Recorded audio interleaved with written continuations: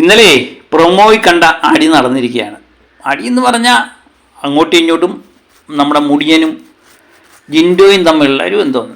മുടിയനെ സംബന്ധിച്ച് ജിൻഡോയോട് ഒരു ചെറിയ വിദ്വേഷം കിടക്കുന്നു. ചെറിയ വിദ്വേഷമല്ല, അത് ആളിക്കത്തിക്കാനുള്ള ശ്രമം, തലയണ മന്ത്രം എന്നൊക്കെ പറയത്തില്ലേ, അതവിടെ നടന്നു കഴിഞ്ഞിരിക്കുന്നു എന്ന് തന്നെയാണ് എനിക്ക് തോന്നുന്നത്. കാരണം ജിൻഡോയോട് അല്പം സോഫ്റ്റായിട്ട് സംസാരിച്ചുകൊണ്ടിരുന്നത് അൻഫിബയും ഋഷിയൊക്കെയാണ്. അവരെ പറഞ്ഞു തിരുത്താൻ ശ്രീരേഖയുടെ എന്ന് പറയുന്ന ആ തലയണ മന്ത്രത്തിന് കഴിഞ്ഞിട്ടുണ്ട് എന്ന് എനിക്ക് തോന്നുന്നു. ഇത് കഴിഞ്ഞപ്പോൾ ഒരു കാര്യമില്ലാതെ ജിൻഡോയോട് തട്ടിക്കീറുന്ന ഋഷിയെ നമ്മൾ കണ്ടു. കാരണം ടീമെല്ലാം തിരിച്ചു. ടീം തിരിക്കുന്നത് റസ്മിനാണല്ലോ. റസ്മിന് ജിൻഡോയോട് വളരെയധികം സ്നേഹമുള്ള ഒരു വ്യക്തിയാണെന്ന് നമുക്കെല്ലാം അറിയാം. റസ്മിൻ ടീം തിരിച്ചു കഴിഞ്ഞപ്പം ജിൻഡോയുടെ ടീമിൽ വന്നത് നമ്മുടെ ജിൻഡോ, ജാസ്മിൻ, അൻഫിബ, ഫ്രീദു, ഇവർ 4 പേരെയാണ് വന്നത്. ജിൻഡോയുടെ ടീമിൽ ഫിസിക്കൽ ടാസ്കൊക്കെ വന്നു കഴിഞ്ഞാൽ എൻ്റെ ടീമിൽ പുരുഷന്മാരുടെ എണ്ണം കുറവാണ്, ഞാൻ മാത്രമേ ഉള്ളൂ, ബാക്കിയെല്ലാം സ്ത്രീകളാണ്.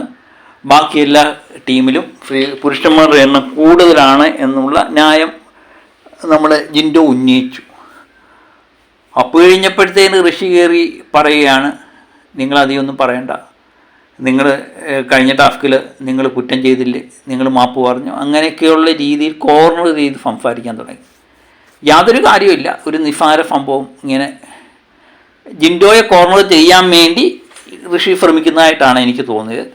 പിന്നെ അപ്പോഴത്തേനും അറിയാമല്ലോ, നമ്മുടെ റസ്മിനുമൊക്കെ അങ്ങ് ഫൈറ്റാൻ തുടങ്ങി. അപ്പം ജിൻഡോ പറഞ്ഞൊരു കാര്യമുണ്ട്, കഴിഞ്ഞ ടാസ്കിലും അഭിഷേകൻ്റെ കഴുത്തിൽ പിടിച്ചിട്ട് ഞാൻ യാതൊരു പരാതി ഉന്നയിച്ചിട്ടില്ലോ, ഞങ്ങൾ തമ്മിൽ അങ്ങോട്ടും ഇങ്ങോട്ടും കൈപിടിച്ച് പിഴിഞ്ഞു, അത് ടാസ്കിനിടയിലാണ്, ഞാൻ അത്രേ കാണുന്നുള്ളൂ. ഇപ്പം അങ്ങനെയാണെങ്കിൽ ഗബ്രി ജിൻഡോയെ പിടിച്ച് നിർത്തിയില്ലേ, അങ്ങനെയൊക്കെയുള്ള കാര്യങ്ങൾ.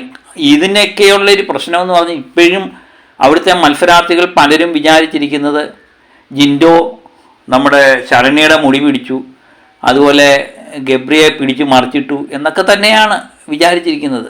അതിനൊരു ക്ലാരിറ്റി ജിൻഡോ അല്ല എന്ന് പറയാനുള്ള ആ ഇത് ലാലേട്ടൻ കാണിച്ചില്ല. അതുപോലെ ബിഗ് ബോസ് അതിന് സമ്മതിച്ചില്ല എന്ന് തന്നെ പറഞ്ഞു. അവരുദ്ദേശിക്കുന്നതെന്ന് പറഞ്ഞാൽ അതിൻ്റെ പേരിൽ ഇനിയൊരു ഫൈറ്റ് നടക്കുന്നെങ്കിൽ നടന്നോട്ടെ എന്നുള്ള രീതിയിൽ തന്നെയാണ്.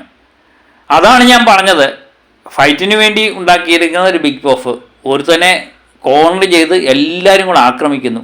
ജിൻഡോ പറയുന്നുണ്ട്, ഞാൻ ആ വിഷയത്തിൽ മാപ്പ് പറഞ്ഞ് ഇനിയും മാപ്പ് പറയാൻ തയ്യാറാണ് എന്ന് പറയുമ്പം സ്ക്രീൻ സ്പേസിന് ഞങ്ങൾ തയ്യാറല്ല എന്ന് പറഞ്ഞുകൊണ്ട് അവിടെ ഇരുന്ന മത്സരാർത്ഥികളിലെ എണ്ണിച്ചു പോകുന്നു. ഇന്നലെയും പറഞ്ഞു, ഫിജോ പറഞ്ഞൊരു കാര്യമുണ്ട്, ഒറ്റ തിരിഞ്ഞ് നിൽക്കാൻ വേണ്ടി ശ്രമിക്കുന്നു എന്നൊക്കെയാണ് പറയുന്നത്. ഇവർ കഴിയുന്നതും പുള്ളിയെ ഒറ്റയ്ക്കാക്കാനാണ് ഇവർ ശ്രമിച്ചുകൊണ്ടിരിക്കുന്നത്. അപ്പം ഞാൻ എന്നും പറയുന്ന ഒരു കാര്യമുണ്ട്, ഒരു മനുഷ്യനെ ആരെങ്കിലും ഒറ്റ തിരിഞ്ഞ് ആക്രമിച്ചാൽ അവനൊപ്പം ഇവിടുത്തെ പ്രേക്ഷകരുണ്ടാകുമെന്ന് പലവട്ടം തെളിയിച്ചിട്ടുള്ളതാണ്. ഇപ്പോഴും അത് തന്നെ സംഭവിക്കുന്നു. ജിൻഡോ എന്ത് കാര്യം, ജിൻഡോ പറഞ്ഞ ഏത് കാര്യം എനിക്ക് കേട്ടിട്ടൊന്നും തോന്നിയില്ല. കാരണം ജിൻഡോ പറഞ്ഞത് കാര്യമാണ്, 3 പേര് സ്ത്രീകളാണ്, ഒരു പുരുഷനേ ഉള്ളൂ, ബാക്കിയുള്ള ടീമുകളിലെല്ലാം പുരുഷന്മാരുടെ എണ്ണം കൂടുതലാണ്, എൻ്റെ ടീമിൽ മാത്രം എന്താ സംഭവിച്ചത് എന്ന് ചോദിച്ചത് എത്രയും വലിയ തെറ്റായിട്ട് എനിക്ക് തോന്നുന്നില്ല.